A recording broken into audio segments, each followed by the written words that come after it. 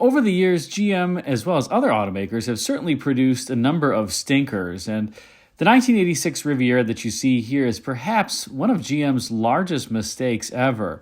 For this entire EK platform that spanned the Riviera, the Oldsmobile Toronado, the Cadillac Eldorado, and Cadillac Seville for the 1986 model year was a complete flop across every single GM division. And just to give you an example, it was so much of a flop that this 1986 Riviera sold about 22,000 units. And you compare that with the 1985 Riviera, which was at the absolute end of the line, the final model year of a car that was introduced for the 1979 model year. And that 1985 Riviera sold almost 65,000 units. So the volume was cut by 2/3 in 1 year with a new car. That really shouldn't happen. Unfortunately, the sales results were similar at the other divisions that had these EK replacement cars that were introduced in 1986. For example, at Oldsmobile division, the 1985 Toronado, again, similar to the Riviera, it was introduced in 1979, continued on through 1985, sold 42,000 units in the 1985 model year. But the new for 1986 Toronado sold just 16,000 units, again with volumes cut by roughly 1/3. So these EK cars were certainly not commercially successful, although I have to say they're actually pretty well styled by and large, especially the Toronado, the Riviera, and the Cadillac Seville. The Cadillac Eldorado for 1986, I don't know if I would call that one of the best styled cars, but the Seville certainly was handsome. And like I said, the Toronado and Riviera were as well. Let's take a walk around this 1986 Buick Riviera and talk a little bit more about it. Now, the first thing to note is that this is a Riviera T-Type. And the T-Types were introduced by Buick and kind of kicked off by Buick General Manager Lloyd Royce, who really enjoyed performance. And so he introduced this T-Type concept to Buick when he became the division general manager. And the T-Type, the T was really supposed to stand for turbo, I believe. But of course, this Riviera did not have a turbo engine, nor did some other T-Types, like the Buick Century, as an example, the A-Car T-Type. So it just came to mean a certain type of performance. And it had a cool logo. The T-Type logo, in fact, had a turbocharger depicted on it. But like I said, despite that, not all of the T-Types had a turbo. Now, for 1986 in the Riviera, this particular T-Type, there were only 2,000 that were sold, and that compares to the 22,000 units overall that I was mentioning previously, making this a very rare car, and it does have some unique touches, which we will describe in a moment. Unfortunately, one of those unique touches was not more power under hood, as you got a 3.8-liter V6. Didn't really matter which particular version of the Riviera you had procured. It made 140 horsepower, and that wasn't all that much, but for the time, these 3.8-liter V6s were deemed to be pretty spunky. And this was the pre-3800 series V6 that came out in 1988 that would have a balance shaft in it and be much smoother. This is the even firing was what it was called, 3.8-liter V6 engine. So it was relatively smooth. It kind of had a little bit of a shake at around 1,000 RPM, 1,100 RPM. But at cruising speed as well as idle, it really wasn't too bad. You did discern a little bit of a shake at idle, but GM engineers had really tuned most of the shakes out from this being a 90-degree V6 as opposed to the typical 60-degree V6. And some of the inherent issues associated with this engine were that, like I said, it was a 90-degree V6. It was actually based on the V8 engine that was introduced for 1961, the 215 cubic inch aluminum V8 engine. And then Buick division came out with its Fireball V6 in 1962 that was a cast iron variant of that aluminum V8. And they did that to have a better price point on the Buick Special, a lower cost engine. And that would eventually spawn this 3.8-liter V6 after GM had sold it to Kaiser Jeep as the so-called Dauntless V6. Then Kaiser Jeep sold it back to GM so that they could put it in their cars. And by this point, it was getting to be pretty refined, but had some strange things like the connecting rods were off-center from the cylinders, the cylinder piston center line. And that was because of how they had staggered the crank throws on this engine to try to get it to be even firing. Now, unfortunately, while this particular engine was a little bit shaky, not too bad, the transmission was pretty shaky, let's say. In fact, this 440 T4 automatic transmission was what caused the GMC cars that came out in 1985, like the Buick Electra, Olds 98, and Cadillac DeVille and Fleetwood, to be delayed by over a year because they had significant reliability issues associated with this, what was General Motors' first front-wheel drive, full-size, transversely mounted engine and transmission combination. The transmissions were just not holding up overall. So something to be aware of on these transmissions. Just make sure that they shift relatively smoothly. None of them were very smooth shifters, especially the 2-1 downshift clunk at about 14 miles per hour.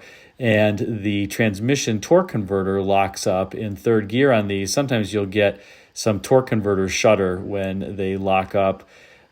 Make sure that it's relatively smooth shifting if you buy one. That's my best counsel. But let's now transition to looking at the styling of this 86 Riviera, because I have to say there are some very graceful elements about it, in spite of the fact that it really did not have commercial success. First, notice that you have the undulating belt line from the 1979 to 85 Riviera replicated here, the kind of up, down belt line that you see. The front end of the fender is very low. There's a high point on the fender. The belt line kind of curves downward and under the door glass, then up near the rear quarter glass, and then back down on the rear quarter panel. That was something that was really started on the 79 to 85 Riviera, and I thought it was nice that the designers kept it here, and I think it works with the theme quite well. Then, of course, you have Buick's so-called waterfall grille that you could really trace back to the 1939 Buick in some form, albeit it looked very different on the 1939 Buick, which, by the way, was the inspiration for that birdbeak 90s-era Skylark. But Buick's in some form had kind of this thin-bladed waterfall grille ever since then. Notice that the car has sealed beam headlamps. GM actually thought that they were going to be producing sealed beams forever because of Federal Motor Vehicle safety standards, and they really leaned into increasing their production of sealed beam headlamps because they never thought that anything else would get approved in the U.S. for production. Then when the 1984 Mark 7's headlamps that were composite got approved, well, that was curtains for sealed beam headlamps. Of course, designers wanted something other than the 4 rectangular boxes up front to shed light on the roadways. I'm going to rotate back to this particular Buick, the T-Type, because it's hard to see a particular feature line that's on the black car. But notice that there's a crease that runs kind of along the midpoint of the fender, and then it fades into the belt line at the door, and then it continues out back where it forms a crease on the deck lid. It also forms a crease on the leading edge of the hood just above the headlamps. It's almost like a datum line. You know, kind of think of shades of the 1963 Corvette that have that crease that run around the entire vehicle. I think it's a graceful line overall. It looks great on the car. Remember, the Riviera here, as opposed to the LeSabre and the Electra, did not have the clamshell hood that wrapped over top of the fenders. This is just a conventional opening hood, and probably all the better for it. And as we rotate around to this rear three-quarter view, you can see that crease that goes around the entire car. It's kind of got a rooftop-y shape or dome shaped on the deck lid. And that deck lid is very flat. It kind of, if you remove the rear bumper, it looks like it ran into a brick wall. That was so that Buick stylists and engineers could get the appropriate trunk volume on the interior that they wanted. When this car was redesigned a few years after this, it would get a sloped deck lid, but the car had been lengthened by that point, and it could meet its interior trunk volume requirements. But here, this was what was necessary in order to hit that trunk volume. And I don't think it looks bad overall, especially since the bumper sits proud of it. But the bumper is rather protruding compared to, let's say, more modern bumpers. Now, you do get some other nice features here. Notice that C-pillar kind of pulls in a little bit away from that rear quarter glass as it goes rearward. And then you have a curved backlight. So this was not a cheap car to build. I think a lot of people felt when they were turning in their 79 to 85 Riviera, they were expecting a car with a similar presence as that. And remember, when you're selling a car, your best source of new buyers are the buyers of your previous generation. And imagine you owned a 79 to 85 Riviera. You came into the dealership looking for the new Riviera, and this is what they presented you. You would probably say, what the heck is this? And it costs more than the Riviera that I was in, whether that was a monthly payment or just paying cash for the overall car. So that was, I would guess, a hard pill to swallow for many buyers because it was hard to pay more for what they perceived to be less vehicle. In fact, the base price of the 1986 Riviera, the non-T-types was $19,831. A T-type was $22,000 nearly in base price. And if you go back a few model years, let's say to 1983, the base price of the Riviera was $15,238. So you were paying around $4,000 or 25% more if you were coming off of a 3-year lease. I can't imagine that went over well with buyers, and I think that's one of the reasons why this car didn't do very well, because it had to conquest basically every buyer, and Buick division lost the buyers that bought the 79 to 85 Riviera as they likely went elsewhere. And we'll rotate to a final exterior photo here and point out a few things. Notice that this car has the so-called aircraft doors, the doors that go into the roof, something that had been popularized when the 1983 Thunderbird had come out. It had that doors into roof design, and the 84 Tempo Topaz did as well. So Buick kind of took a cue from that. Remember that the 79 to 85 Riviera had frameless door glass. You just had the door, and then you had the glass above it that didn't have a surrounding frame. So this was new for the Riviera at this point, and all previous Rivieras, to my recollection, also had frameless door glass. But this was trendy for the time, and it also helped fix the glass in position. Notice also on the C-pillar, you do have this beautiful little fillet at the bottom of it where it mates up to the quarter panel, and you get a little bit of the light breaking there to highlight the overall, let's say, 3-box design of the car. This is definitely a 3-boxer, not like the 1966 Riviera when that came out. That was more of a 2-box design, kind of a fastback.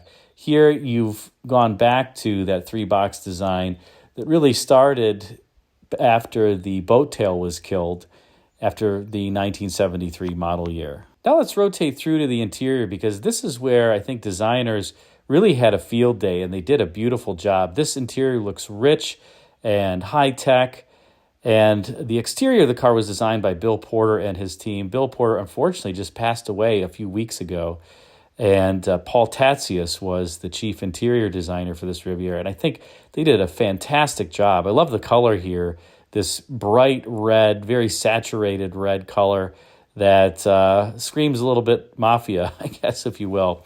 But notice you have the driver's instrument cluster is pulled forward in a separate pod from the overall dash panel. This was in a time where there really weren't many steering wheel controls. Pontiac was doing that. But here, Buick took an approach that was a bit different and pulled the instrument cluster forward such that all the buttons were relatively close to your fingertips. You didn't really have to reach very far, if at all, off of the steering wheel to depress any of those buttons.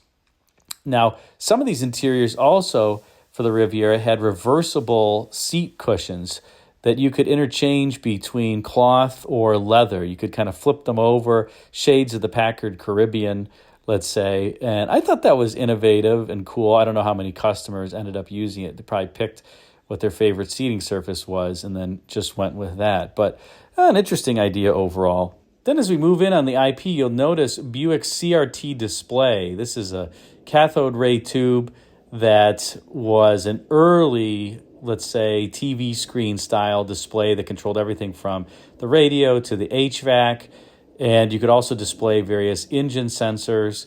So it was far advanced for its time, had some reliability issues, and people ended up hating it. So Buick kicked it to the curb a few model years later. But it was innovative for the time, and now that's what's in cars, are these kind of touch screens.